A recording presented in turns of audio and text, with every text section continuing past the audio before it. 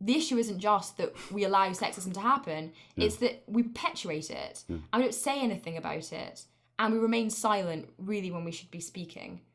Welcome to the Dialogue Project podcasts. 1, 2, 3, 4, 5, 6, 7, 8, 9. As often as I can, I rehearse what I'm going to say first. Right, so grab a seat, doesn't matter which one you sit to. Okay. Hello. 10. Spontaneous. So, how we start this is by you saying your name Over and then counting to 10. I don't go, extreme with anyone, no.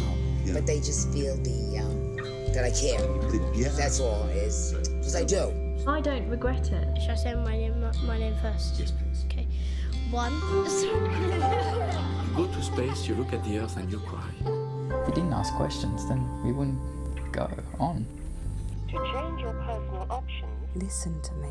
10, 9, 8, 7, 6, 5, 4, 3, 2. I find I'm saying things that I feel are quite magical, really. It was a very beautiful thing because he let me wash his hair. 1.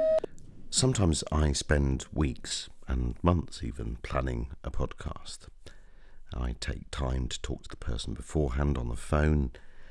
I'll arrange a long time in advance where and when we meet, and then once the conversation's recorded, I'll spend days editing and crafting the conversation into about 10 or 15 minutes with music and a fine eye for detail on the edit. And sometimes it's nothing like that at all. Sometimes I'm moved to act much more swiftly, and this podcast belongs in that second camp.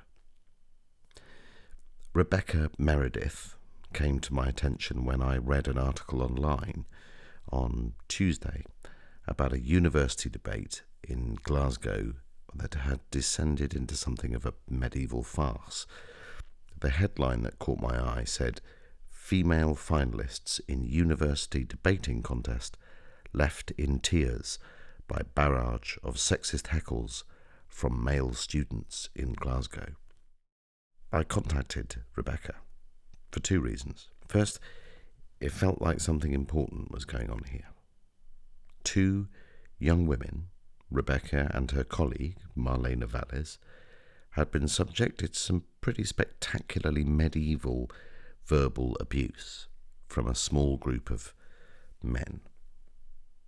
And secondly, the way the media, and the newspapers in particular, were reporting this story just didn't feel right. Nowhere could I really hear the voice of the two women at the centre of all this. So, long story short, I first congratulated Rebecca on her response to what had happened.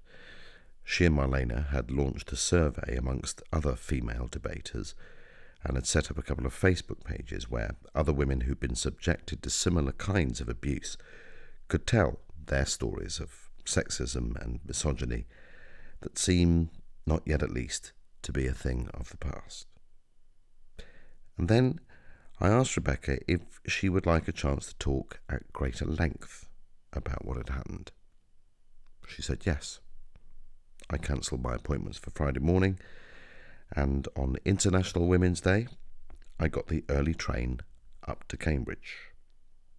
So this podcast is pretty much an unedited version of the conversation Rebecca and I had this morning. You may even hear Rebecca's boyfriend struggling to try and study in the background, turning his pages as quietly as he can. But we started the conversation by me explaining that I'm not really an expert in the world of debating competitions. So I asked Rebecca if she could just explain a little bit how it all works. Most competitions have 4 or 5 rounds of debates. The World Championships and European Championships have 9. And is that like the FA Cup? Does it get smaller and smaller each time? How does it work? No, the first 9 rounds, everybody debates.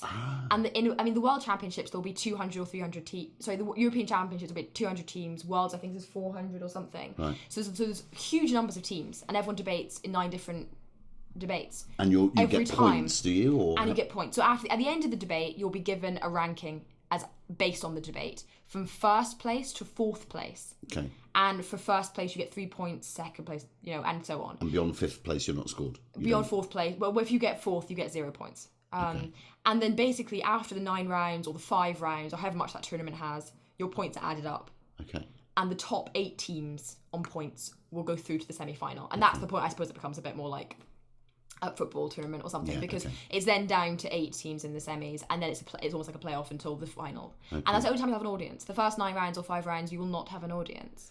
And how, in normal circumstances, does an audience change the whole thing? The audience changes because you have to alter your speaking style. You have to become a lot more thoughtful about the words you use and the way you structure sentences. Why? Well, because audiences generally aren't judging in the sense they're not writing every detail down. Yeah. So what audiences remember are the big ideas, the big issues that you brought in the debate, because audiences aren't really usually that adept at remembering small examples or small issues you brought into the debate, but really the big, like I said, comparisons and those sorts of things. And audiences also do applaud if you make a point they like. Glasgow's the only university I know of where they actually make a noise if there's a point they don't like. Right. Every other audience just makes noise when they do like a point, because it's considered kind of bad form to really try and put anyone off at any point. Yeah. But it's just, I suppose, you're appealing to a huge number of people who aren't writing or really often listening. They're just sort of superficially going along with the debate. And trying to appeal to people who aren't listening. What an interesting idea. So it's a very different style that has to be used. And the judges, when they're scoring you, will they be scoring you in the same way that they would whether there was an audience there or not? Or will you do well if you pull the crowd with you? Well, that's a very interesting question, because it's very hard to tell. And usually judges are told to not take audiences into account, because obviously if you're there from Cambridge and you're a student and you're in the audience and there's a team from Cambridge, obviously I'm going to cheer for them because they're my friends. Yeah. So it's one of those things that judges are told, the audience isn't a deciding factor, and audiences are fickle, and audiences support their friends. So it's really not fair to listen to an audience. But it's an interesting sort of, I suppose, psychological thing that we can't really tell, though. And I'm sure there is something on a psychological level where if you're judging a debate and a speaker is being cheered for almost everything, I'm sure there is part of them that thinks, oh, well, this must be quite good. But then the whole point of judging is that you write everything down. So a fair judge should go into the room afterwards to make the decision and should read everything and forget anything the audience did. And just as we kind of approach last Saturday, was it Saturday night? The class, just 2 things to kind of gather with us as we get there. So the male-female thing. How conscious are you of being a woman when you're debating? Do you think, oh, I'm up against a bloke, or oh, I'm up against another woman? Does that even enter your mind? No. Because I've debated against women at university and men, and I've beaten lots of men, so it's never been an issue that I've sort of felt intimidated or concerned about it. Yeah. So it's never really affected me. No. And as a debater yourself, do you think, if you could almost take the voice away, if you could read the transcript, do you think there's a difference in the way that female debaters debate and male debaters, or is it much more about the individuals? It's much more about the individuals. Okay, so it's not absolutely, certainly, yeah. So it's not really, there are lots of competitive things, aren't there, where men and women don't play against each other, right? Look at the Olympics. There's all kinds of things. Absolutely. There are some things where men and women absolutely do compete against each other. So this isn't a territory where being a man or being a woman is an advantage or a disadvantage. Well, not in theory. I mean, we conducted a survey basically over the past week for female debaters to comment anonymously if they experience misogyny, so that we can create a report based on misogyny in debating. And one of the interesting things from that was how many female debaters said that in judging feedback, they've been told, please be careful how you speak, because if you speak too passionately as a woman, you sound hysterical. So in theory, there shouldn't be a difference, and in theory, it should be about the equal intelligence or intellectual thoughtfulness of a speaker. But I think probably in practice, and certainly from the feedback we've had from the participants in our survey, have been that women have said there seems to be a sort of almost societal perception or bias creeping into some judges when they give feedback in just finding men more convincing or men more persuasive in the way they speak. And often things were said such as, it was a very pretty speech. So perhaps almost undermining what the speaker said because they just saw her as a woman rather than a speaker, and rather than a debater, they saw her as a woman first and foremost. So when did you first come up against this? When were you first aware that some of the potency you have as a speaker, or not, lack of potency, was coming from not your argument, not your brilliance at being able to, cobble together an argument in 15 minutes, but that your perception as being a woman was influencing? When was the first time? At school, actually. At a school competition, I was told by university, because schools competitions are usually judged by university students. Right.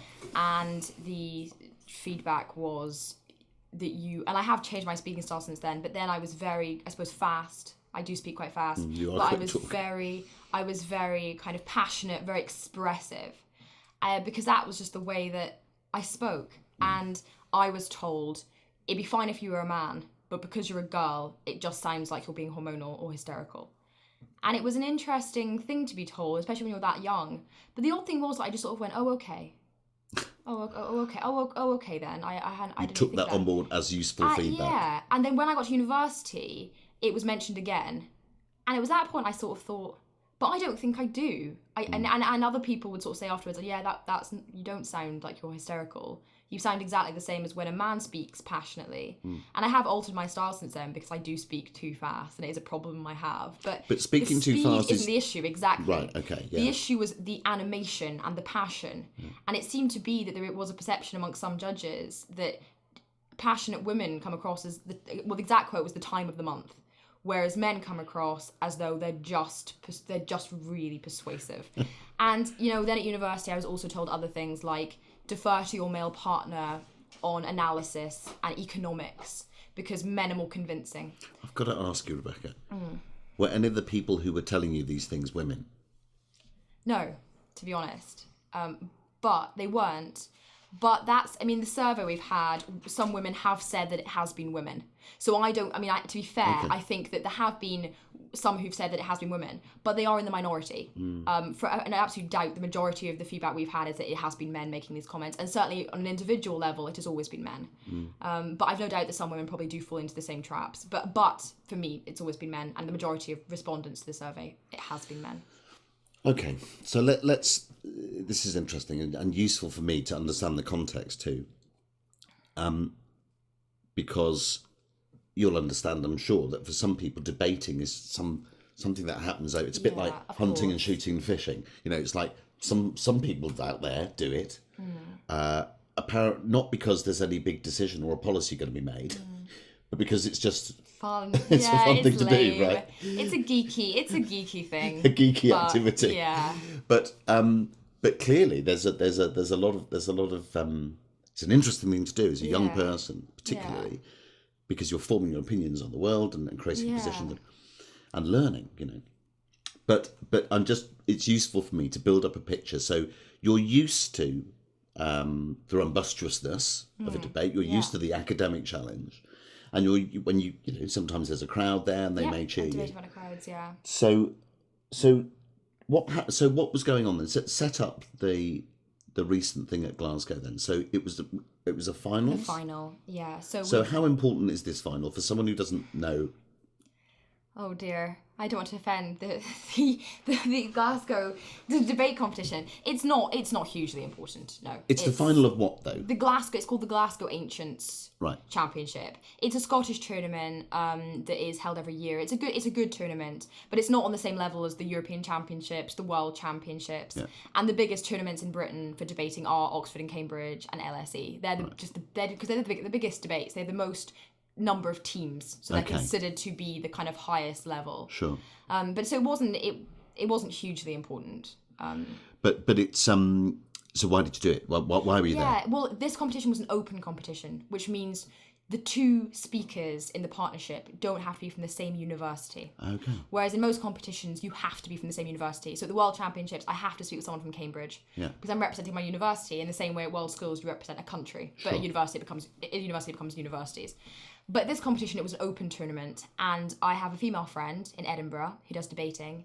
And she said, well, you live in Scotland, why don't you come home for the weekend, see your family, and on Friday night and Saturday we'll debate together for fun. Great. And because she's one of my friends, and you know, So it's a friend from school? she's a friend that I met through debating. Oh, really? Okay. I mean, that's the good thing about debating as well, is that it is an incredibly geeky activity, but Yeah. we go, you know, there's a lot of clubbing activities, a lot of fun, and you meet people from all over the world. You know, I've made friends in Holland and Australia, and people I never would have met otherwise. Fantastic. So it's a good way, very international, I think, of meeting people. But she's a friend, really firm friend, I think, that I've made from Edinburgh, and I would never have really met her otherwise. And she just suggested, let's go for it. Let's have a go Turning for up. fun. Okay, great. Yeah. So you go up on the Friday. Yeah, that's right. And did you know, does Glasgow got a reputation for being a tough place to speak, or?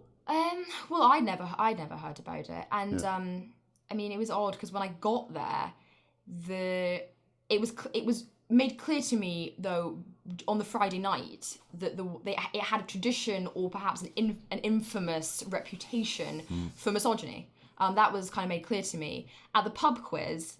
A question was asked, which was how many men voted against letting women into the Glasgow Union in 1980. That was a question that was actually asked at the pub quiz. And it was mentioned in the pub quiz that some men at the union have a dinner every year to celebrate the men who voted against letting women in. Oh, this is the lamb dinner. The lamb dinner, yes, exactly. And when... And what was the answer to the pub quiz question? Can you remember? No, I can't. 139.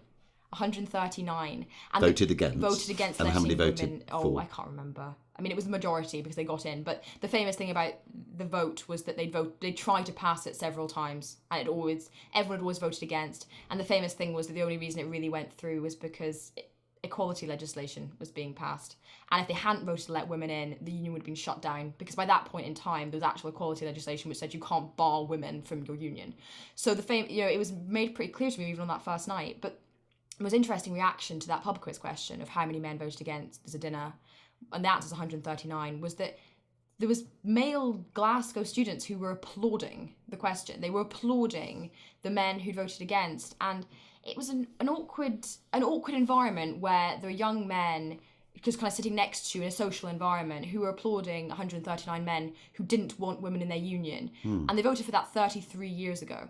And you just sort of thought, well, who applauds, not letting women into a union when that's what the law states has to happen? It was a very interesting observation to me, and I'd never seen that before in debating ever. So I'd never heard of Glasgow being infamous in terms of heckling or in terms of audience participation, and I'd never heard of it having any kind of reputation at all, really, in terms of a specific misogynistic reputation. But on the evening that I arrived, that was made quite clear to me, really. By people who are part of the union? Yeah, well, I mean, I asked, when I saw these men kind of applauding, I asked, well, what on earth was that about? And why on earth is that a suitable pub quiz question, really? And they said, because it's still really relevant, because every year there's dinner. There's a club called the 139ers, which is a group which is set up in honour of the men who voted against letting women in. So at that point, I'd sort of asked questions, being like, well, what on earth is going on? Really, that's a pub quiz question here? And that was the response. And I was told sort of the background, the tradition, the history, and the fact that it's still very much part of not just the history, but the active day-to-day life of the union. And so how many rounds did you do in the actual... There was 5 rounds, and we topped the tab, which means at the end of the first 5 rounds, my partner and I had the most points out of all the teams. And this was without an audience? This was without an audience. Okay. So we'd come top out of all the teams. So you're doing well? And then, yeah, it went well. Is that a surprise, or do you always do well? It wasn't particularly a surprise, because we knew that we were one of the best teams there, just based on the results of the World Championships. My partner and I did very well at the World Championships, so it was one of those things that it's not that I knew I do well, because often in debates the unexpected occurs and you get emotion that doesn't suit you, and you just bomb, you completely just knock yourself out, basically. So of course that can always happen, but we were optimistic. We felt like we were good enough debaters to win it. So you went through 5 rounds, did really well, and you've got how many other teams against you in the final? Well, first was the semi-final. The semi-final, yeah. And in the semi-final there was again you and 3 other teams, so 4 teams in total in the debate. And is that with an audience? Yes, that's with an audience, but the audience in the final is far larger. Okay. But there was an audience in the semi-final, and nothing odd occurred. So they were just normal and cheered if you made a good point, or no, they didn't make any noise. Right, they're just witnesses to it. They just watched, yeah. Okay. But I think the reason for that is that they were debaters who had also taken part in the tournament, Right. and then hadn't got to the semi-final, so just came to watch the semi-final, whereas the particular 8 male individuals who were involved in the final only came to watch the final. Yeah. Okay. So the final happens. The final happens, yeah. When did you first... I mean, what happens? Do you all sit together before? Do you watch everybody else, or do you have like a little private room where you go before you're on? How does it work? Well, in the 15 minutes, you basically scurry off to any corner you can find that Right. the other teams can't hear you. And what was the motion? The motion was, this house regrets the centralisation of religion. This house regrets the centralisation of religion. Yeah. Okay, interesting. What was your instinctive response when is that like, hot topic, or? I science. find religion, it's not science, so it's good. And religion I find very interesting in terms of the arguments surrounding religion. I find it really interesting, especially it's so important really now with the issue of female priests, or the issue of homosexuality and gay marriage. It's a huge issue. It's a really hot topic. But it's not a topic that I have any personal affinity to, because I've never been christened. I'm in no way religious. So it's interesting, religion debates, because you have people who genuinely are really religious, and it's an environment where you have to be very respectful, but also try and have a genuine discussion. So for me, it was one of those topics I find very interesting, but on a personal level, I have no particular affinity. So you're not passionate about it? Well, yeah. I mean, whereas my partner, she was brought up as a Christian, and she's gay. So for her, okay. it's a very personal thing for her. Yeah. So in that prep session, I mean, it was really her that was saying to me, these are the arguments. Okay.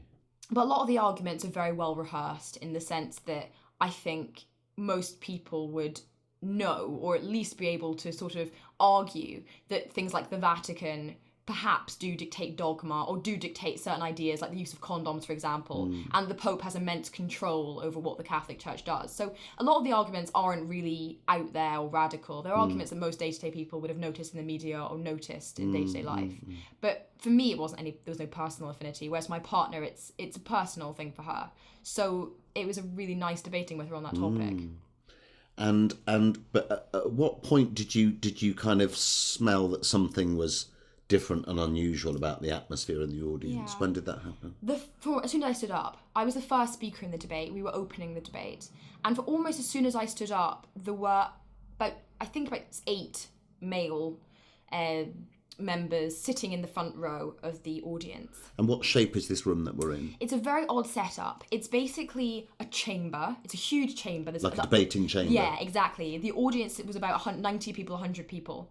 And basically the way at Glasgow works is there is one level where the debaters sit and the debaters speak from, and there's almost like an entirely different floor with the audience. So they're above you, and you're looking above you up to the audience. Almost like an old-fashioned medical, where they do... Yes, absolutely. Show the experiment down on the floor and you're looking down. So you have to look up. Okay. And the judges are behind you. Right, which is a very odd thing, because in most debates, the judges are in front of you. So you're looking playing at the judges. And looking them in the eye, presumably. Yeah, in this, and I've never actually seen any other chamber like it. It's a very unusual chamber, where you have to speak up. And these individuals were sitting right above me, and obviously on the very front row of the seating area. And so there's these 8 guys, but roughly how many people are there? About 100, I'd say, 90 to 100, yeah.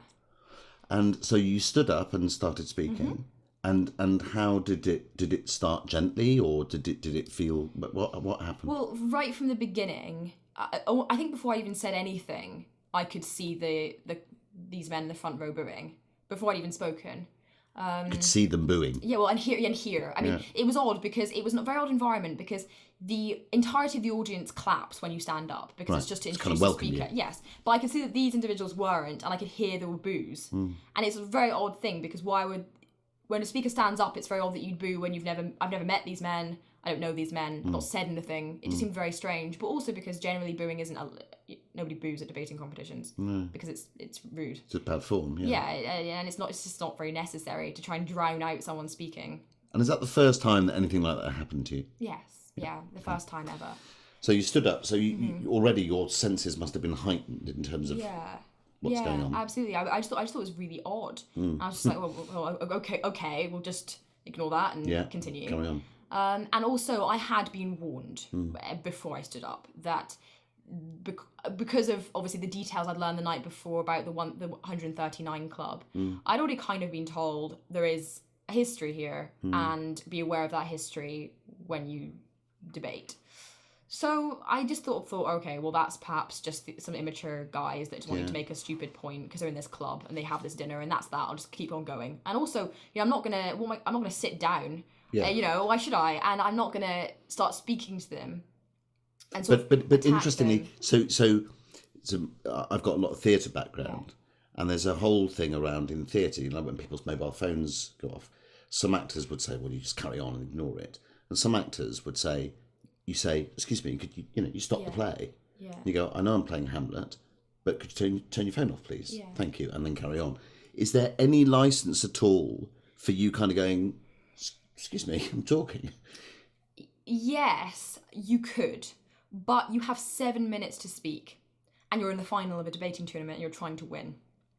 So you have to weigh up the costs. Do I waste 30 seconds of a speech, a minute of a speech? Do I continually interrupt my speech to tell them to be quiet? If I tell them to be quiet and they don't, do I continue to tell them to be quiet? Sure. And by that point, I'm wasting time. And tactically, as far as I'm concerned, it's kind of different from a play, because presumably if a play runs over by 5 minutes, it's not the end of the world. Sure. Whereas you are not allowed to speak for more than 7 minutes, even if you've been heckled. You can't do that. So to me, it was a tactical decision. Okay. Do I start to attack audience members, or do I just stand my ground, get on with it, and literally just continue speaking?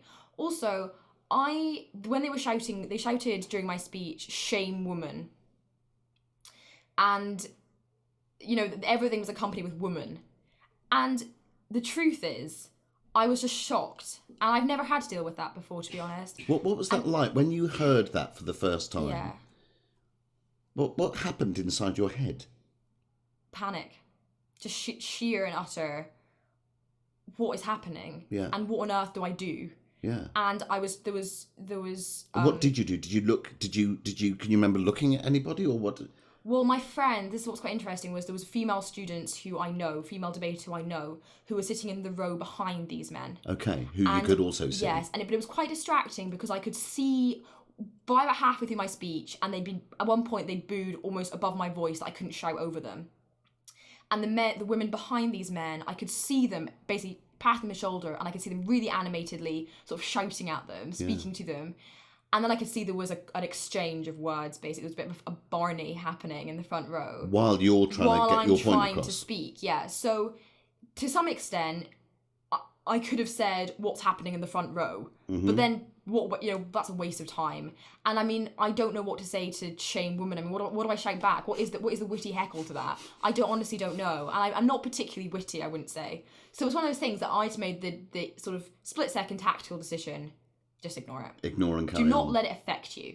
Because as far as I'm concerned, if I lose the final because I've wasted a minute of my time heckling some immature men, I am doing myself a disservice. And the other thing was that the audience were trying to get them to be quiet. So I could see the audience trying to get them to be quiet, and I was thinking, well, the audience will, the audience are dealing with it. I'm just not going to bother right now. And also, my friends in the audience were basically just saying, like, mouthing at me, keep going, and putting their thumbs up and just saying, keep going. So you did keep going? I just kept going. So it's one of those things, I made this split decision, the audience was clearly not with them. Yeah, so with you. But... And the judges decide, the audience don't decide, so there's no point in me speaking out to the audience because it's the judges that decide. Yeah. And the judges will mark it based on what I say. They won't mark it on my successful, anti-heckling technique. Sure, yeah, you're not a stand-up comedian, that's right? That's not a kind of criteria within judging. Okay. Yeah. And it continued, or it got worse, or what was the sort of course of it through the 7 minutes? Just continued. There'd be points where they wouldn't say anything, and then the audience would be applauding at certain arguments I made, and they wouldn't do anything. But then they'd heavily boo at certain points, and they booed generally at sort of inane sentences, or not inane, but irrelevant sentences to the argument. And then they would heavily boo when we started talking about female priests or issues about women. They would just boo me into complete, inaudibility. I wouldn't be able to speak over it. But they'd also boo at any, this, that, the next thing. And there'd be shouts of shame woman at just, nothing radical was being said. And then, of course, the men stood up in the debate And the men also made arguments about female priests in the exact same way as us. And because, of course, as I said, you have two teams on proposition. We were the first team, but there was also another team behind us who were men. And they made the exact same arguments about women and religion. They made in the exact same way, the exact same argument. Because often in second prop, it's difficult to be completely new. Yeah, because the big arguments have come out. Especially debate about religion, where it's very much the big issues are what's going to win you the debate. So they did the exact same things as us. And nothing. Not a word. Not a boo, no shame man, or whatever the equivalent would be. Nothing like that. And Rebecca, as you're sitting there, what's happening in your brain? What are you aware of the kind of absurdity of what's happening? Yeah, absolutely. Because I sat down as soon as my speech ended, and I turned to Marlena, my partner, and I just said to her, what on earth was that? Why on earth were they booing? And she said, they're just doing it because you're a woman. Just ignore them. We'll just keep going. Because Marlena's on the Scottish debating circuit, so she knows a lot more about the Glasgow history than I did, because obviously I debate in England. And just during all the speeches, I was just sort of sitting in a kind of bemused silence. And during debates, you can give points of information, which is where you interrupt a speaker. Ah, okay. And you as another speaker, and you can say, put on that, sir, or point of information. And they have a choice. They can reject you if they want, or they can accept you. Yeah. Okay, so you're sitting there with her, and she hasn't gone yet. She hasn't done her thing. She hasn't gone yet, and then she goes, and it's the same. The booing is the same. But the other 6 male speakers who make arguments about women as well, who make similar arguments in the exact same way, none of them are booed. Just myself and my female partner. And it affected me because I don't want to stand up and make a point of information and be booed again. So it affected the way that you want to participate in the debate. Because... And did it affect you? Did you hesitate on intervening where you might otherwise have done? Absolutely, because it gives you almost a crisis of confidence, which perhaps sounds very like I'm lacking in confidence, and I'm not. But it's an environment in which if you genuinely believe these people are just against me no matter what I say, and they're booing me at everything I say, but they're not booing any of the men who are making these same arguments, part of you just feels like, I don't really want to stand up in this room anymore. I don't want to make myself heard in this room anymore, because it's not a nice place to speak. And you said that, and is it right? Sorry, Freddie, to ask you, but just sorry, you're a very loud page turner. That's all. One of the judges said something at some point? Yeah, so basically, during the debate and after the debate, it was female students who basically said to these men, stop what you're doing. The ones sitting behind them? Sitting behind, stop what you're doing. And he basically just turned around to her and said, shut up, you frigid bitch. And said, what do women know? You have no authority to speak here because you're a woman. And I mean, at one point, they said very loudly during my speech, and I heard them say it, what does a woman know anyway? And those kind of comments. So there was, during the debate, these women were standing up to them and basically being verbally abused and called a frigid bitch, etc. And then after the debate, we confronted them and the organisers, and so did a female judge. A female judge stood up after the debate, and she announced to the entire chamber, these men were saying these things during the debate. She basically told everyone that they'd been making loud sexual remarks about us, commenting on, sort of genitalia sexual details during the speeches to the audience members, and the audience had heard it, but we hadn't heard the sexual comments. And she basically it was almost like a movie scene, she stood up and she just announced to the entirety of the audience these men had been doing this. And there was a mixed response in the sense that... What was her point behind mentioning it? Her point was that basically after the debate there are floor speeches. So members of the audience can stand up and they can make a floor speech. Oh, really? Okay. And one of the men who was sitting in this group of men stood up and said in a very patronising tone, I just want to say I'm really happy that we have such great equality at this union. And Kitty, the girl, stood up and said, and the president didn't want to accept her. He didn't want her to stand up. But the whole crowd was basically just going, let her speak, let her speak. And she stood up and she just ripped him apart, basically, and said, perhaps you think what you've just said is really funny, but just to make everybody aware, I'm sure everyone heard the boos and the shame women, but what you didn't hear was him literally crudely and lewdly discussing them sexually in a way that he didn't discuss the men. He did nothing to the men, and basically just pointed it out.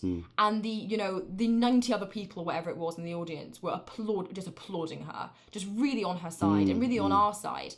And that's why when in the Spectator, an old GUU boy said, they just didn't like your arguments.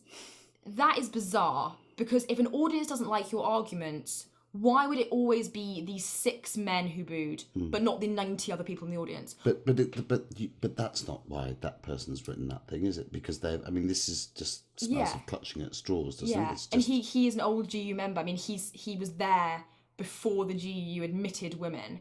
So he comes from a tradition and a culture where, women weren't there. And he even made comments in the article like, women just aren't cut out for the rough and tumble of the dialectic free-for-all. They're not cut out for debating, which is ludicrous because some of the top speakers in the world are women. And the top speaker this year at the World Championships was a woman. And in fact, the same woman who was the number 1 speaker in the world this year at the World Championships was the same woman who, when she tried to stop these men, was verbally abused and told to shut up, and what did she know anyway? And this is the top speaker at the University Debating Championships. And did you talk to these guys? When you say we talked to them afterwards, did you... I mean, you could see who they were. They weren't knew who wearing they were. masks or something. Could see who they were. What did you say to them, and what did they say to you? Was there a sense of them being on show, and was there a private... Did they come up to you and... Do you know what I mean? Was there a sense of, that was us being stupid, Yeah, well, we basically, we approached them as we left the chamber. Did you? And before we could say anything, he just shouted, "Get that woman out of my union. We don't want women here." And we were just a bit like, what? Do you really think that's okay? And so he made it before we sort of walked up to him just to be like, what on earth do you think you're doing? And before we could even say anything, he just yelled, "Get that woman out of my union, like, no women here." Made it absolutely clear that it was to do with our gender. I mean, if he'd really hated our arguments, why would he be yelling, "Get that woman out of my union"? I mean, that makes no sense. And everything was done with express reference to our gender. And given that he hadn't booed any of the men for making the same arguments, it was absolutely clear to us that it was about gender.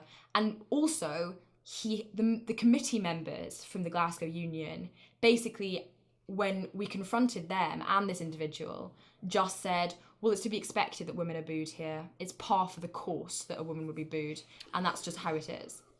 So there's one, I'm conscious of time and I don't want to hold you up, but there's an important thing here for me, and I'm interested to see if it's important for you. So I'm aware of the fact, there's the union have published a thing and they're taking action and all that. That stuff's going on. At an individual level, has it changed you any yet? Does it make... I mean, when you look at those guys in the eye, I mean, did you know people like that still exist? I suppose I knew...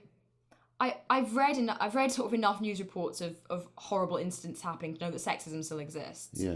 But I've never experienced it to that level, and I've never experienced anything quite like that at the level. And I just honestly couldn't believe he actually thought that was okay. And that was what was so scary, was that even the female committee members, the exact words she used were, "Well, we've adapted battered wife syndrome," her words, to get power in my union, to have a position in this union, to debate in this union, I need to accept sexism and to accept it happens and not question it.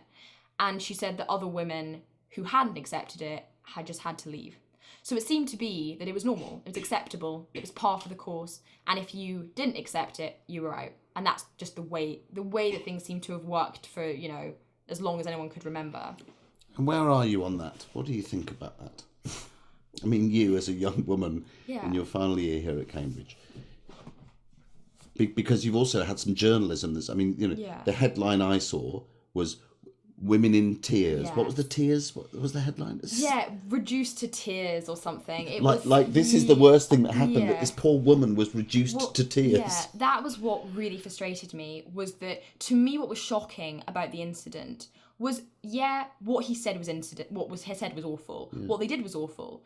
The misogyny they showed was bad. But what was far worse was that the committee members, the members who are in charge of hundreds of women who are members of that union, literally said it's to be expected that women are booed. That's normal. They even said that I said, well, would you accept it if I was from an ethnic minority? Would you accept that? Yeah. And they said, well, yeah, probably, because they would also be booed. But we just don't have them here. So what was annoying to me about the news coverage was, one, we didn't cry. That was entirely made up. And there was no crying. And we were heavily criticised for sort of being damsels in distress and running away crying, when actually we walked straight up and said, what was that? What are you doing? And we did attack the committee members who had allowed him to come in the chamber when they knew he'd boo us and those sorts of things. But more importantly, because it just missed the point. It missed the point that this wasn't an isolated incident that some girls are kicking up a fuss. It's that the entirety of the females who we spoke to on that evening, and males, admitted that this happens all the time, and admitted that they'd seen sexism happen and put up with it and ignored it. And to me, it was a much bigger issue, which was that the Glasgow Union doesn't exist in some kind of a vacuum, in a world all by itself. These men have acted like this because they think it's acceptable. They're allowed to. They're allowed to, and they think it's funny.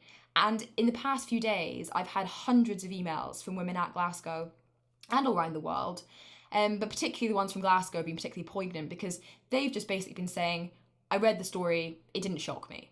I mean, it shocked me, but it didn't shock a lot of the women at Glasgow because they told me horrific stories. One of the worst stories is a game that's apparently called the Fat Girl Rodeo, which is where and some of the individuals who were involved in my incident have been named as men who were involved in this as well, who basically, when a girl is leaving the Glasgow Union building, these group of men grab her, tell her they're going to rape her, and then they time each other to see how long they can hold on to her after they've told her that they're going to rape her. So this girl emailed me and was basically like, this happened to me. I was crying, struggling, screaming, trying to get away, and they were just standing around me laughing and calling me a whore as they hold on to me after telling me they're going to do that. Which to me just sounded like a horrific experience. It's like something out of the Dark Ages. Yeah, and an experience that, why would you find that funny? Why would you find torturing a woman in that way funny? And that was what I suppose annoyed me about the news coverage, was that, one, it was just a blatant lie, but two, that's not the issue. The issue is not that some girls were upset. The issue is that there has been systemic, institutional, and acceptable behaviour like these games, like telling women they can get out the union, like shouting, what does a woman know, calling women frigid bitches when they dare to stand up to you. This is a culture, and it's not a one-off incident. But more importantly, we live in a society where we've allowed young men these men want to be politicians or lawyers, and we've allowed them at the age of 21, 22, 23, they're not little boys, we've allowed them to believe that that's funny or acceptable, and that there's not really a problem with it, when to me, there's a huge problem with it. Yeah. So I think it says a lot more about lad culture, young men in universities, who aren't all like that by any means. I mean, I've had hundreds of messages of support from men as well, and especially the males in the debating community have been incredibly supportive. Yeah. But it seems to be there is a big culture amongst young men that abusing or degrading a woman is something that is funny. And I suppose it's interesting, isn't it? Sexism, misogyny, racism.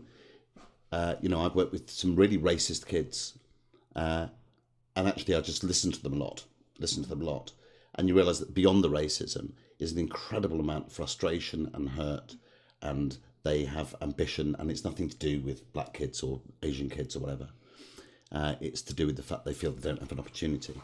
And I'm not saying that's any excuse for racism, it's not. But very often you find in deprived areas when people aren't well educated, comes in, I mean, this, you can look at fascism, the rise of fascism. It festers and grows where there's a lack of education, where there's ignorance. But this is Glasgow University, where you say that the ambitions of these men is to become politicians. Yeah. The one of the men is the ex-president of the union. He was the president of the union last year. He wants to be a politician. And he's been in charge. Well, last year he was in charge of thousands of pounds worth of funding, which he had complete control over. He goes to university like Glasgow, and he is going to have a very high-powered career probably. And that's what's scary. These men should really know better, and someone probably should have at some point told them better. And there's no, they can't make an excuse of depravity because they've not had as far as I'm aware anyway, a particularly deprived upbringing, and they're educated.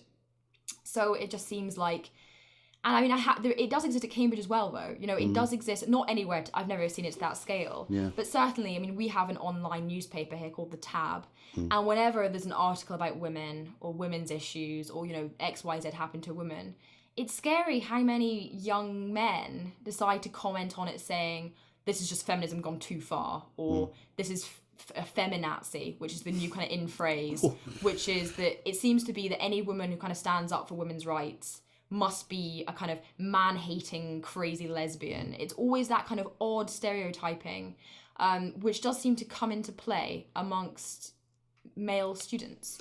And last question, because we should let you go. How are you and where are you with what's going on? That's 10:20. Yeah, that's fine. How are you doing with this? Yeah. What's this doing? I mean, it's still happening, right? Yes. How's this changing the way that you see things? A lot of it's been quite awful, and in particular, it's shown me that sexism is actually a much bigger problem than I think I thought it was. And I think that's really sad, because often it takes sexism towards you for you to really care. And I've always cared, and I've always described myself as caring about women's issues so much. But it takes something really big for you to really be like, oh, actually, this is really bad. And that incident happened yesterday, where I was contacted to say there are internet forums, lad websites, even an army recruit website, where young men have posted pictures of you they've got from online newspapers, and they've left comments underneath describing how they'd like to rape you, or describing how they'd like to sexually assault you, or what they'd do to you if they got you alone. And some of it was just it made me feel sick. It was appalling, some of it. And I think I'd never really realised that there actually are young men in British society who think that graphically describing how they want to hold a knife to a woman's throat and rape her is funny. And to me, that's not funny, and I don't understand at what point those men were allowed to believe it was funny. So to me, it's shown that actually Glasgow doesn't exist in a vacuum, and I think they have a really bad institutional problem there, and the hundreds of women that have contacted me have convinced me it's an institutional problem. And the women at Glasgow, today, they're holding a rally outside the union. Yeah. They've got a petition which has now nearly 4,000 signatures, and they are standing up for themselves, and they've created a Facebook page called Experience of Sexism in the GUU, which has dozens of stories on it of what women have experienced. And some of it is awful. So I've no doubt they have an institutional problem there, and I really hope the university does try and deal with it, not just internally within that organisation. But more importantly, I think that it has taught me that I can't just scapegoat the GUU. There is a problem there, and I will continue to stand up for the women who've contacted me as much as I can. Sure. But it's also that the reaction just by a 60-year-old man who's never met me on The Spectator, by young army recruits on forums, has been to make me sound like a stupid woman who can't cope with anything, to make me to sexualize me, or to graphically describe things that are just horrific. And to me, it just showed me that the issue is much bigger than one union, and that really I, for the rest of my life, will always be conscious that there are people in the world who, no matter what I say and what arguments I provide and what kind of rational response I want to give, will always reduce it to the basic level of sexuality or my gender. So it's taught me a lot about, I think, what I kind of think about women and what I think about gender. But also it's taught me a lot about the media and the way that, one, they tell mistruths, but two, that they perpetuate sexism. Because the fact that a newspaper thinks the best way to get this story heard is not about talking about the female committee member who feels like she is, as she said, a battered wife, to get ahead. That's not what they think the issue is. They want to make the issue about some girls who cried because boys called them ugly, which is reducing something which is an emotional problem, a huge issue really, an issue which provides harm to women, as far as I can tell from the emails I've received, every day. Harm is caused to women every day by these sorts of issues. And the fact that sort of the hugely read media outlets wanted to just reduce it to a really basic damsel in distress story about women who were just too weak to stand up for themselves and, you know, just cried because there was nothing else that they could do, really upset me, because it made me feel like the issue isn't just that we allow sexism to happen, it's that we perpetuate it and we don't say anything about it, and we remain silent really when we should be speaking, which I suppose what I've tried to do. I've tried to speak over the past week, and I've tried to say something about it, and I've tried to defend myself through articles of my own. But I suppose it leaves you in one way determined that you want to fight for the women who've contacted you to express their support. Yeah. But on the other hand, you just feel desolate, and you feel like, where do I go? How do I pick myself up from the fact that I've had to read comments about if I met this random man, what he wants to do to me? How do I pick myself up from that? So it's been a very mixed experience, and it's taught me a lot about gender, society, media, but most importantly that I think there's a long way to go. Yeah. Good speech. Okay. The truth is that I feel proud, because I can't not feel proud when the messages that I've been sent are so supportive. And a lot of the messages literally have been thank you, because when something happened to me at the GUU, I didn't say anything. So the fact that so many women remained silent made me feel like I'm glad I did this, and I'm glad I'm speaking up for them. And the fact that so many women have reacted, you know, thousands of them have signed petitions, have gone out on the streets, the fact that that's happened is amazing. But it's not fun. And it's hard for my mum and my dad, I think, to read, you know, especially the Spectator article where I'm literally being called, I mean, one just misrepresenting the event, saying that I just can't cope with things, I'm a shrinking violet. A lot of it was about Cambridge, because I think one of the interesting things about this whole thing was that the media decided to focus on me a lot more than Marlena. Yeah. Which is a very interesting thing we felt. And part of it, I think, was because of the Cambridge connection, because the media's a bit obsessed, I think, with trying to sort of get Oxbridge stories. And a lot of the comments online have been, she's clearly just privileged, just can't cope with anything.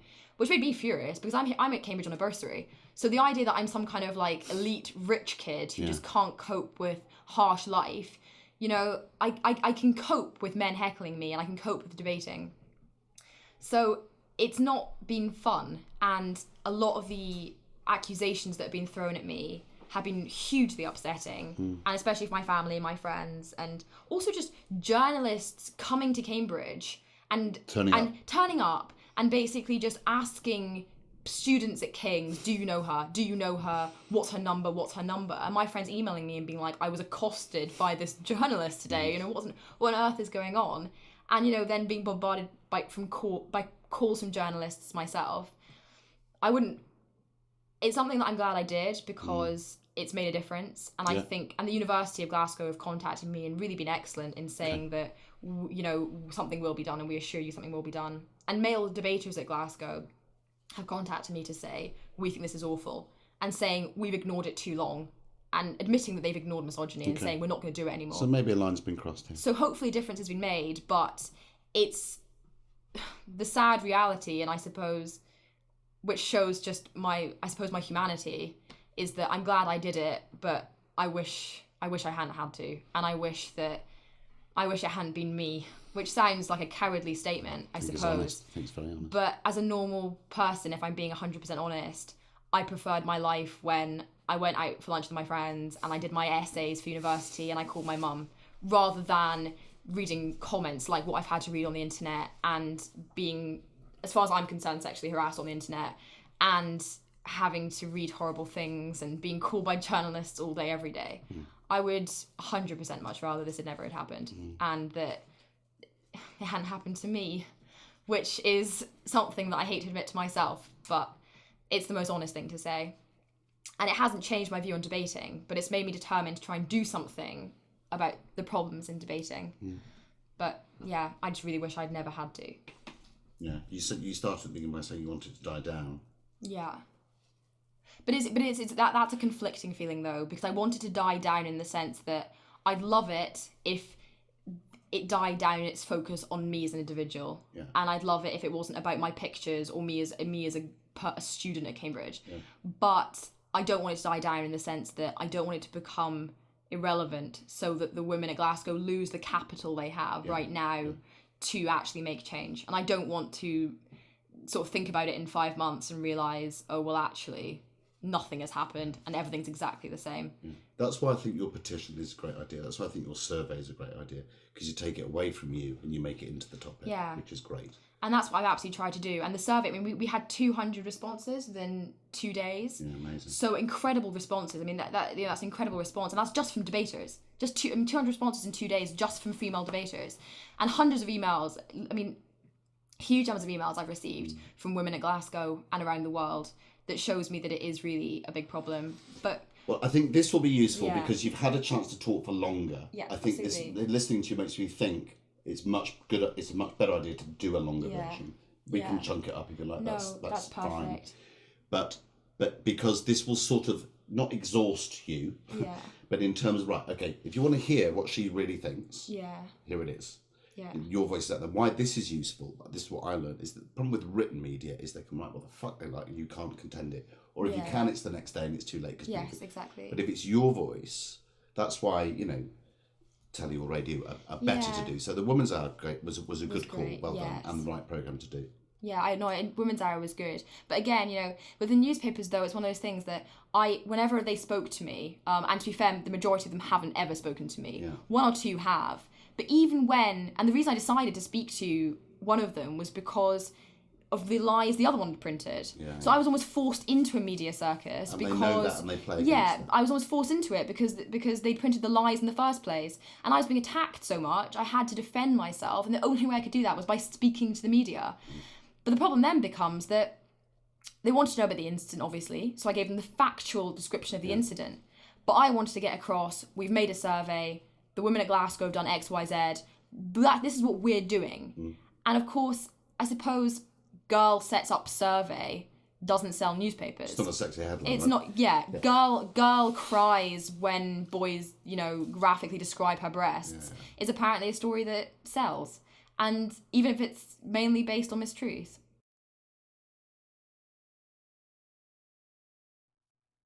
All right, Becca, thank you. No problem.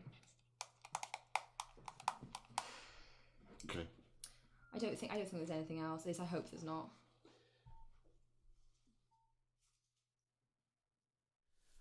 So, there we go. I'm still a bit stunned, if I'm honest, about this whole story. It feels like something that belongs to another age. But clearly it doesn't. This is happening now. Here. There are a small group of men, young, educated men, who think it's okay to say the things they said and to behave in the way that Rebecca described. I'd like to talk to these men. I'm really curious about them, and I want to offer here, as I already have done online, the same time and space that I gave to Rebecca. I'd like to hear their point of view. I'd like to understand what's at work in them, what they think, what they believe. So please, if anyone knows any of the men involved, do ask them to call me and we'll arrange a conversation so everyone can hear their point of view. I somehow doubt they'll get in touch. They're probably all a bit busy buying presents for Mother's Day or something. So I'll close by thanking Rebecca and Marlena, and on International Women's Day, quite late on International Women's Day, I just want to acknowledge every other woman out there, young or old, who in some way or another is, like Rebecca, finding the courage to stand up and be heard. Thanks for listening. R-E-S-P-C-T, find out what it means to me.